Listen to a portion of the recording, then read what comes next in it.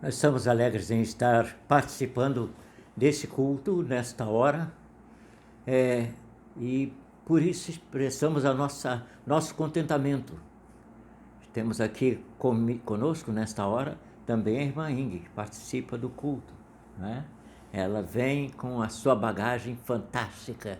Ela não é daqui do Brasil, ela veio lá da Alemanha, veio da Alemanha depois da guerra e enfrentou muitos problemas que nós nem sequer imaginamos que possam existir, mas ela enfrentou para poder chegar aqui e estar conosco nesta hora.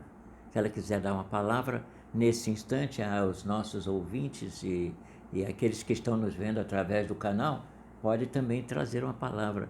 E ela tem uma experiência fantástica, porque ela saiu da Alemanha, a Alemanha destruída. Depois voltou com a Alemanha fulgurante.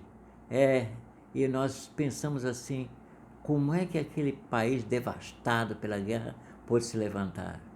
Só tem uma explicação. Foi Deus quem fez. Foi Deus quem operou. E foi esse Deus maravilhoso que trouxe a Inge e a sua família de lá da Alemanha destruída para o Brasil, que estava em construção, para trabalhar aqui e aqui desenvolver. Há muitas coisas preciosas para considerar com relação à vida da Inge, mas eu acho que por hoje é só. Uma outra vez a gente avança melhor. E se você quiser dar uma palavra aos irmãos que estão nos vendo, pode trazer nessa hora. Foi difícil aqueles primeiros anos, mas Deus estava conosco. E meus pais eram da igreja e nós íamos todos os dias. Mesmo meu pai estando preso, nós oramos por ele e Deus o livrou. E trouxe todos nós sãos e salvos. Obrigado. Então, vocês viram aí como é que Deus operou. Enfrentaram muitos problemas, mas chegaram aqui, gratos a Deus, porque estavam numa terra em que havia liberdade, em que, com dificuldade, iriam ter que trabalhar para sustento de suas vidas, e a Inge não teve aquela coisa, né? Vai ter horário para brincar, não tinha isso, tinha muito trabalho para fazer, e Deus abençoou. Não vamos entrar nesse detalhe porque eu estou tomando o tempo dela. Mas isso daí vamos deixar que vocês possam saber disso numa outra ocasião, se ela quiser falar, né? Sei que é época de falar sobre a guerra, mexe muito com o coração dela, mas com todo o seu sentimento, toda a sua lembrança, né? Mas uma coisa podemos dizer, em todas as coisas, Deus foi poderoso para operar na vida dela e de seus familiares, para lhes dar a vitória. Num país estranho, numa língua estranha, de uma cultura estranha, mas dar a vitória. E a Inge é um exemplo de como vencer com muito esforço. Não é vencer sem esforço, não. Com muito esforço, com muita dedicação. E vencer para a glória de Deus. Esse é que é importante. Muito bem, nós queremos nesta hora, juntamente com a irmã Inge, dar essa palavra de bem-vindo a vocês para participarem conosco do estudo. Eu gostaria de apresentar alguns pedidos de oração nesse momento inicial. Não vamos mencionar nomes, mas gostaríamos de dizer aos irmãos que há necessidade de continuarmos orando por aqueles que têm sido vitimados pela Covid, seja as pessoas que estão sendo tratadas nos hospitais, sendo aqueles também que estão em casa tentando se recuperar e com dificuldade, batalhando, e nós ficamos pensando e orando sobre essas vidas. A própria filha nossa esteve um tempo fazendo tratamento e aqui em casa, recuperando-se da Covid. Então, nós dois aqui estamos numa faixa etária muito complicada, porque minha esposa já tem 80 anos, não posso falar mal, né, disso daí não. Ela já tem 80 anos, mas eu estou a caminho. Mais uns 2 meses eu estou lá empatado com ela. Ela já completou os 80 anos no dia 1º de dezembro. E eu faço no dia 21 de abril. Às vezes está fácil, sabe contar. Então, nós temos essa experiência que Deus tem estado conosco, graças a Deus. E estamos testemunhando da sua graça, tá? Então, não quer dizer que nós vamos descuidar da nossa saúde. Não, continuamos cuidando da saúde. E você também tem que cuidar da saúde, para não ser apanhado pela enfermidade. Nós queremos, nesse instante, lembrar ainda daqueles que não somente estão lutando por esse problema da Covid, mas também estão orando pelos seus familiares que têm necessidades nessa área, mas também nós temos aqui pedido de oração por um grupo de irmãos nossos que foram vitimados no acidente da Kombi que ficou destruída, mas eles faleceram também no choque, e nós vamos nos lembrar. Eles estavam indo para fazer um trabalho de assistência social, levando alimentos para os idosos hóspedes do Lar Feliz, lá em Petrópolis. Então vamos lembrar deles, dessa família, das famílias enlutadas. E vamos lembrar dos idosos que continuam carecendo dos nossos cuidados, nossa atenção. E se alguém quiser contribuir financeiramente ou com alimentos para aquele trabalho, pode fazer também. É bom conversar com os irmãos que estão na liderança. E na Igreja Batista do Calvário, nós temos alguns que são o Maurício Monteiro, e outros que participam também do trabalho ali, alguns contribuindo de uma maneira financeira, outros contribuindo de outra maneira. Então vamos ver, trabalhar com esses irmãos e cooperar para ver aquilo que é necessário. Nós vamos também orar pelas famílias enlutadas daquele acidente. E queremos trazer para vocês, nesta hora, a nossa mensagem de que estamos trabalhando na preparação daqueles estudos de história dos batistas, história do cristianismo também, e onde a história dos batistas se insere. Eu tenho uma história muito interessante, porque quando eu me converti, eu tive uma responsabilidade dentro da igreja de ensinar levar a igreja, os jovens, a lerem os livros da biblioteca da igreja. E entre os livros havia aqueles que tratavam dessa história. Então Deus me deu essa bênção e eu quero compartilhar com vocês. Não aquelas daquela igreja, mas de outros estudos que fiz na época em que eu fui professor de História Eclesiástica do Seminário Teológico Batista do Sul do Brasil. Então convidamos vocês a participarem conosco nesses estudos que faremos proximamente. Nós vamos orar ao Senhor nosso Deus e Pai nesse momento, e logo após daremos continuação com a meditação em torno do texto de Mateus capítulo 7, versículo 24 até o versículo 27.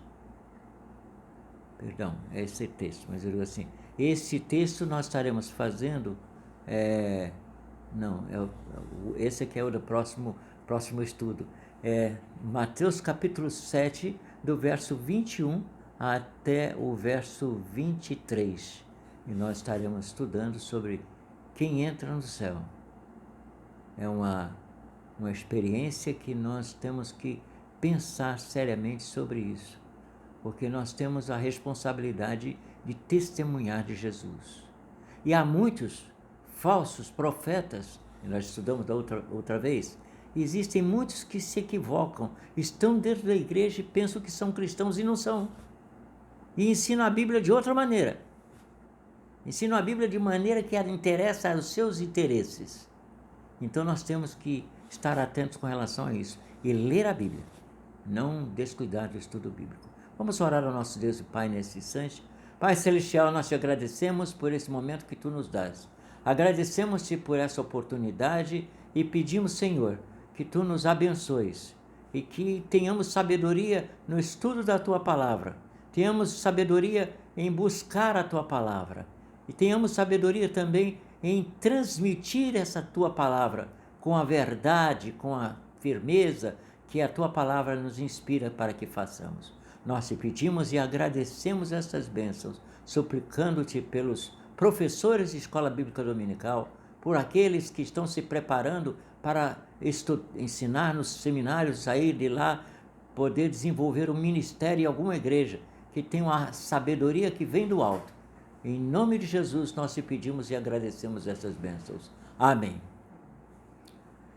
Então o texto que nós estaremos lendo e meditando nesta hora tem como título: Quem entra no reino dos céus?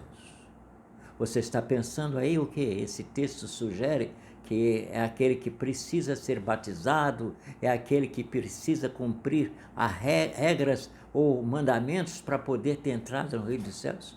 Se você está pensando assim, vale a pena fazer essa meditação aqui, para tirar essas dúvidas que possam existir na sua mente, mas poder abrir a sua mente para entender o que é que Deus leva em consideração para aqueles que estão querendo entrar no reino dos céus.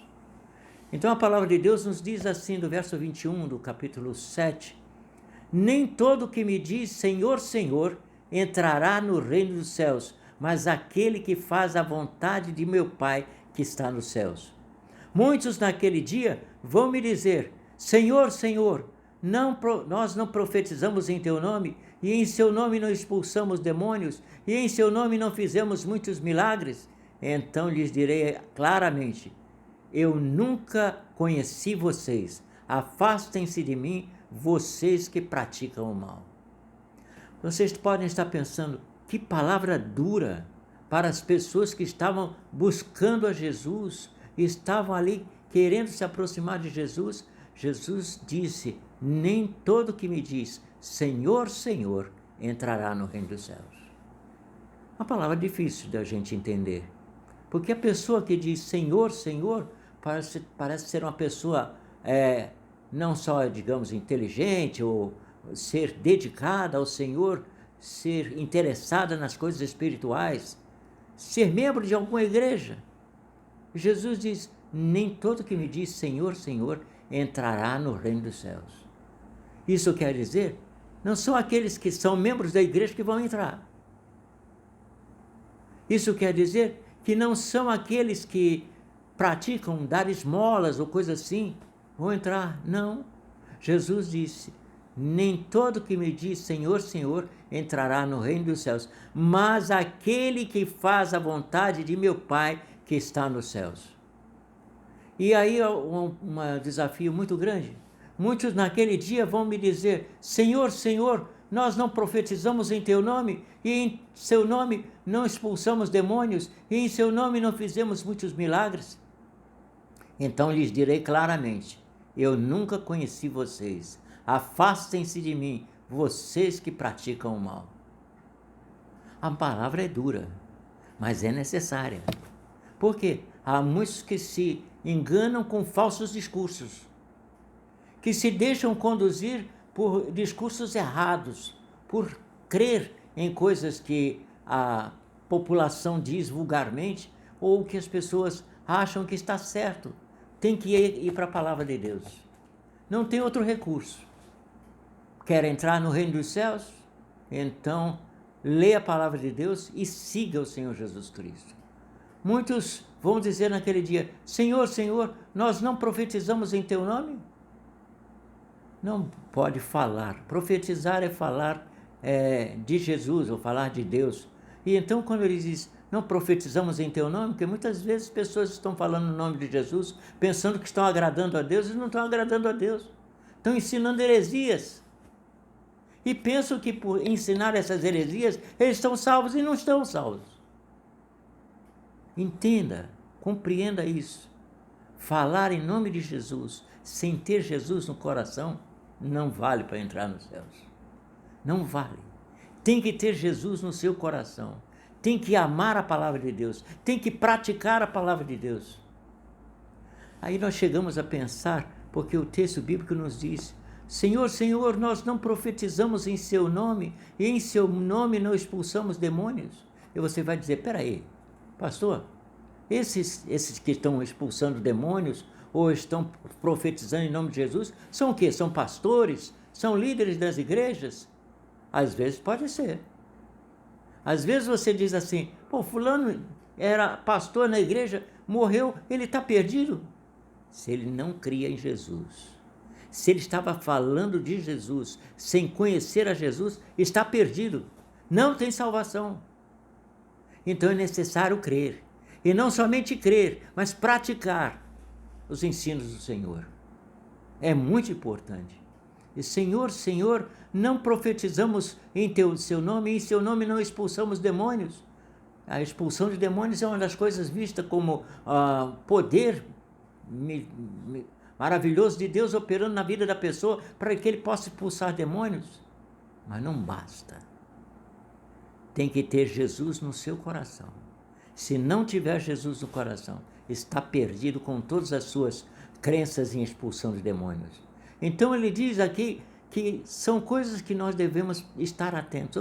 Outra coisa que é proferida aqui, e em teu nome não realizamos muitos milagres. Muitas pessoas pensam que por realizar milagres está salvo, não está. Precisa crer naquele que enviou Jesus ao mundo.